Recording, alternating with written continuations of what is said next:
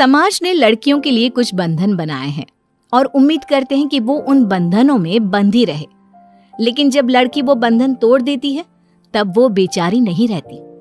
ऐसी ही एक कहानी है 25 साल की मेघा की। मेघा की शादी सुबोध से हुई है। वो बहुत अच्छी कंपनी में जॉब करता है, लेकिन उसकी माँ कंचन को अपने बेटे की नौकरी पर बहुत घमंड है। मेरा बेटा इतनी बड़ी कंपनी में जॉब करता है और फिर भी इतनी मामूली सी लड़की से शादी कर ली। अगर किसी बड़े घर की लड़की से शादी करता तो खूब सारा दहेज, रुपया, पैसा मिलता मेरे बेटे को। मेघा, मेघा, कहाँ मर गई? जल्दी आ। जी माँ जी, आपने बुलाया मुझे? तो सारा दिन घर में पड़े पड़े करती क्या रहती है? कुछ घर का काम भी देख ले। देख घर कितना गंदा पड़ा है। कोई मेहमान घर पर आ गया तो क्या कहेगा? माँ जी, मैंने तो सुबह जल्दी उठकर साफ सफाई कर दी थी। देखिए तो घर तो साफ है। मैं अपना खाना बनाने जा रही हूँ। बस तुझे तो काम ना करने के बहाने चाहिए। अरे मत कर कुछ काम, जाकर आराम से सो जा। मैं खुद कर लूंगी। बुढ़ापे में बस यही देखना बाकी रह गया था। एक तो काम करती नहीं, ऊपर से जुबान चला रही है। सास के बार बार ताने सुनाने पर बेचारी मेघा ने दोबारा से घर का सारा काम किया और खाना बनाने के लिए लेट हो गई। जब सुबोध घर पर आया तो खाना तैयार नहीं था। क्या हुआ मेघा? आज तुमने खाना बनाने में बहुत देर कर दी। तुम ठीक तो हो ना? इसे क्या होगा? बिल्कुल ठीक है ये। अरे बस सोती रहती है दिन रात, यह नहीं कि घर का कुछ काम कर ले। इस तरह कंचन मेघा को बहुत परेशान करने लगी थी। एक दिन कंचन ने सुबोध से कहा, सुबोध, मेरी मान तू अपनी पत्नी को तलाक दे दे। मैं तेरी शादी किसी अच्छी और अमीर घर की लड़की से करा दूंगी। ये मुझे बिल्कुल पसंद नहीं। ना तो ये कुछ काम करती है, ना किसी चीज का ध्यान रखती है। हमें कुछ ना कुछ तो करना ही पड़ेगा ना बेटा। माँ, कैसी बात करती हो आप? मैं मेघा से बहुत प्यार करता हूँ, उसे तलाक नहीं दे सकता।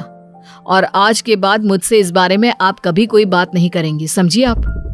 सुबोध गुस्से में वहां से चला जाता है और कंचन सोचने लगती है, इस मेघा नाम की बला ने न जाने क्या जादू कर दिया है मेरे बेटे पर। आज मैं प्रण लेती हूँ कि मेघा को तो इस घर से और अपने बेटे की जिंदगी से निकलवा कर रहूंगी। एक दिन कंचन और सुबोध को पता चलता है कि मेघा माँ बनने वाली है। ये खबर सुनकर कंचन का गुस्सा 7वें आसमान पर होता है और वो सुबोध के मन में नफरत फैलाना शुरू कर देती है। सुबोध बेटा, तुझे मेरी बात पर यकीन तो आएगा नहीं, फिर भी मैं बता देती हूँ कि तेरी बीवी के चाल चलन मुझे कुछ ठीक नहीं लग रहा है। वो घंटों घंटों तक छत पर रहती है और मोहल्ले के लड़कों से बात करती है। माँ, मैं पहले भी बोल चुका हूँ और अब भी बोल रहा हूँ, आपकी बातों पर मुझे यकीन नहीं है। अब कभी आप मुझसे ऐसी बातें नहीं करेंगी। मैं मेघा से प्यार करता हूँ, ये बात आपको क्यों समझ में नहीं आ रही? बेटा, तुझे बताना मेरा फर्ज था, सो मैंने बता दिया। आगे तेरी मर्जी। सुबोध को भले ही माँ की बातों पर विश्वास नहीं था, लेकिन उसके मन में मेघा को लेकर शक पैदा हो चुका था। सुबोध जब भी काम से घर आता तो कंचन किसी न किसी बहाने मेघा को छत पर भेज देती। एक दिन सुबोध ने मेघा से पूछा, मेघा, तुम सारा दिन छत पर करती क्या रहती हो? तुम्हें अपना और हमारे बच्चे का ध्यान रखना चाहिए। मैं सारा दिन छत पर तो नहीं रहती, जब माँ भेजती है तभी जाती हूँ। लेकिन आप ऐसा क्यों पूछ रहे हैं? देखो मेघा, माँ तुम्हारे बारे में मुझसे न जाने क्या क्या बोलती रहती है, लेकिन कभी भी मैंने उनकी बातों पर विश्वास नहीं किया।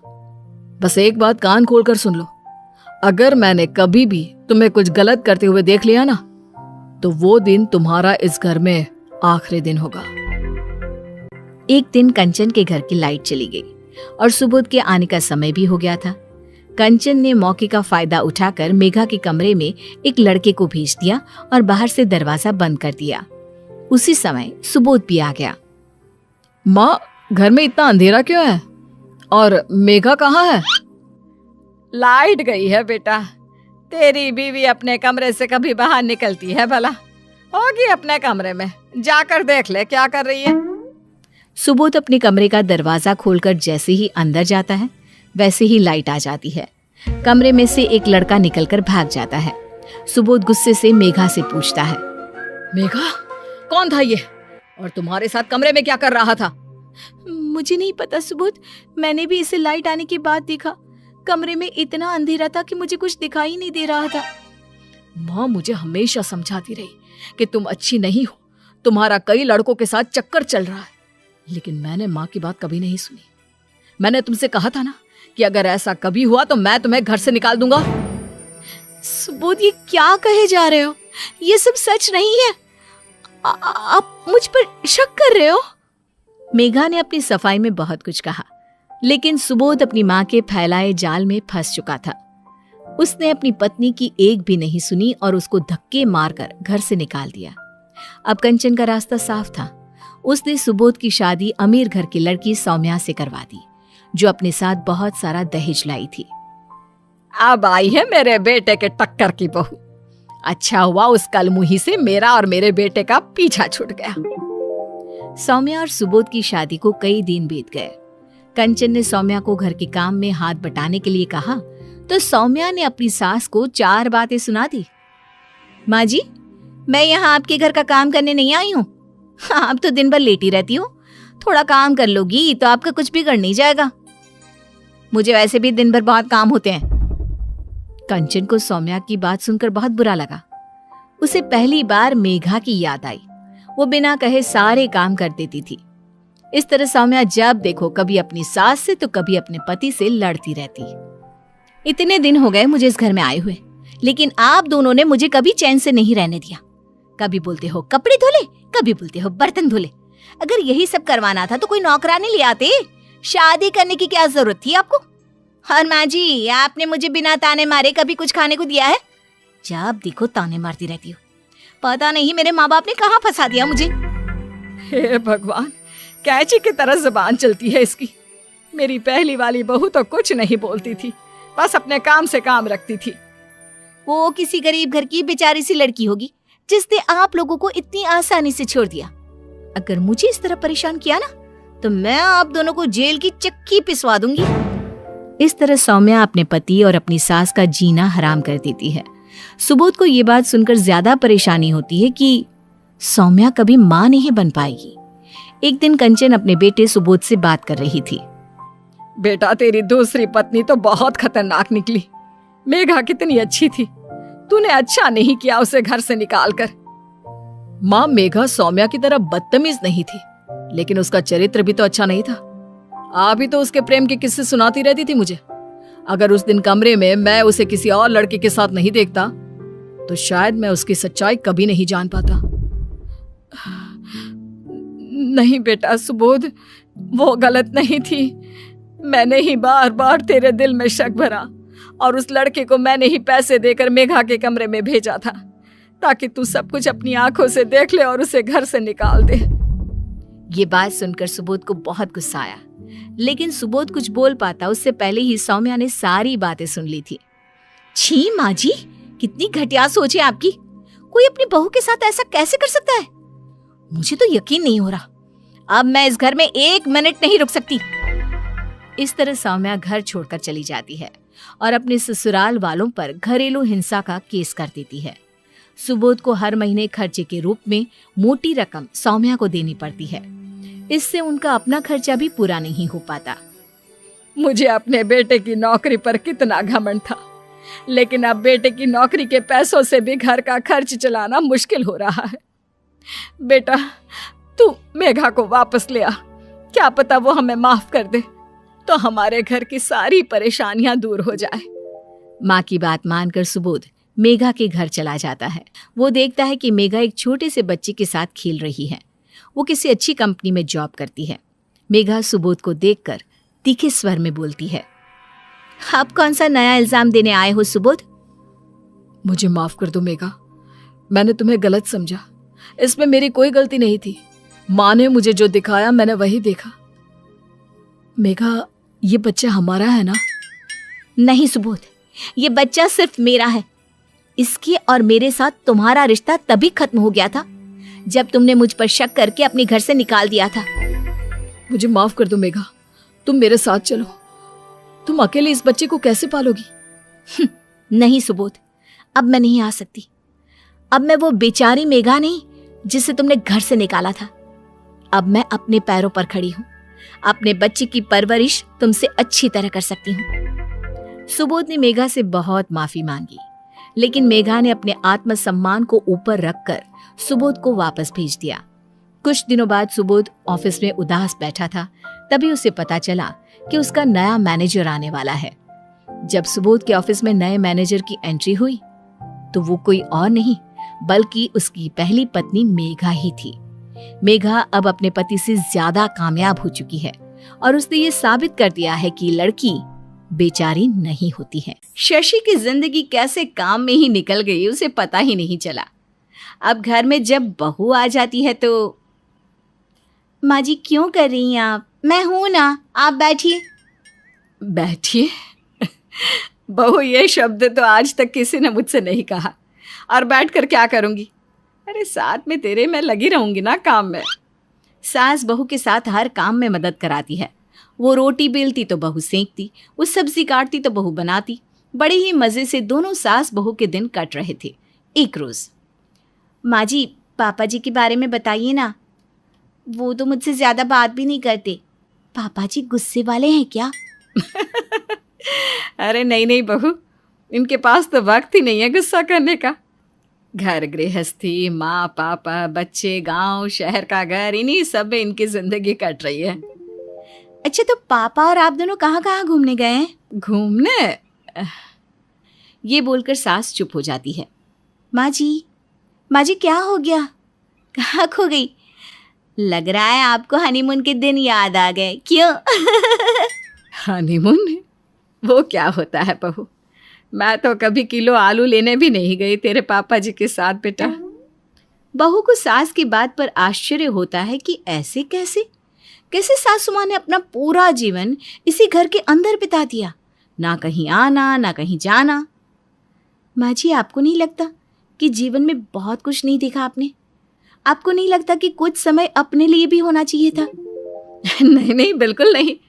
राजेश की पढ़ाई लिखाई, रोज का काम, घर, सास ससुर, कभी वक्त मिला ही नहीं। चलो कोई बात नहीं, लेकिन तुम्हें देखकर ना लगता है कि अब कोई घर में साथीदार मिल गया है जो मुझे समझता है। नहीं तो सबके लिए मैं सिर्फ एक काम वाली ही रही जो उनकी ज़रूरतों को पूरा करती है। बहू सास की बात सुनती है और ठान लेती है कि वो सासू माँ को जिंदगी के मजे करा कर रहेगी। फिर क्या था, शुरू हो जाता है बहू का मिशन, सासू माँ का हनीमून। उसी रात को, ए जी सुनिए ना, अब तो मैं आ गई हूँ, घर देख सकती हूँ, सभी के लिए जो जो चाहिए मैं तो हूँ। तो क्यों ना माँ को और पापा को कुछ दिनों के लिए कहीं घूमने भेज दें। घूमने? माँ को? पागल हो गई हो क्या? वो ना कहीं जाती है ना कहीं जाएंगी। मैं तो बचपन से देख रहा हूँ उन्हें। और कभी जानने की कोशिश भी की कि वो कहीं क्यों नहीं जाती, क्यों नहीं गई? पापा के साथ भी माँ ने कोई खास वक्त नहीं गुजारा है। उन्हें तो पापा का नेचर भी ठीक से नहीं पता। कभी वक्त ही नहीं मिला उन्हें पापा के साथ रहने का। हाँ ये तो है। पापा की जॉब टूर वाली थी तो वो बाहर ही रहते थे और दादा दादी की सेवा में लगी रहती थी माँ। मैं भी छोटा था। पापा भी माँ को लेकर कभी नहीं गए। यही रहा माँ की जिंदगी में। तो अब तो दादा दादी नहीं रहे, तुम भी कमा कर घर की जिम्मेदारी उठा रहे हो। घर रसोई के लिए मैं भी हूँ, तो क्यों ना माँ और पापा को हनीमून के लिए भेज दिया जाए। क्या सोचते हो? पागल हो गई हो क्या? लोग क्या कहेंगे? अरे मेरे दोस्त तो मेरा मजाक बना देंगे कि इस उम्र में माँ पापा को हम हनीमून के लिए भेज रहे हैं। छोड़ो ना दुनियादारी, क्यों सोच रहे हो इतना?